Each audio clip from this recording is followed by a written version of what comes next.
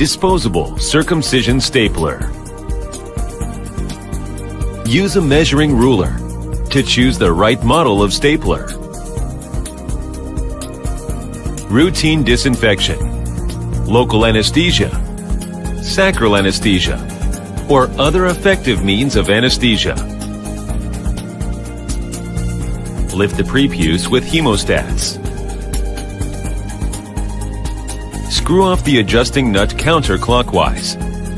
Take out the prepuce cover and put it cover the prepuce to make sure it lies at the quaternary sulcus and be on the same level. Use suture line to fix the prepuce on the pull rod and confirm the frenulum length. Pull apart the nails cover and insert the pull rod into the instrument. Screw on the adjusting nut. When the end of the pull rod is on the same level with the surface of metal insert inside the adjusting nut, the adjusting nut is in place. Remove the safety clip.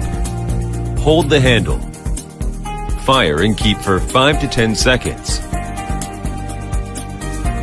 Loosen the adjusting nut and remove the stapler. Wrap it up with dry gauze and bind up properly with elastic bandage.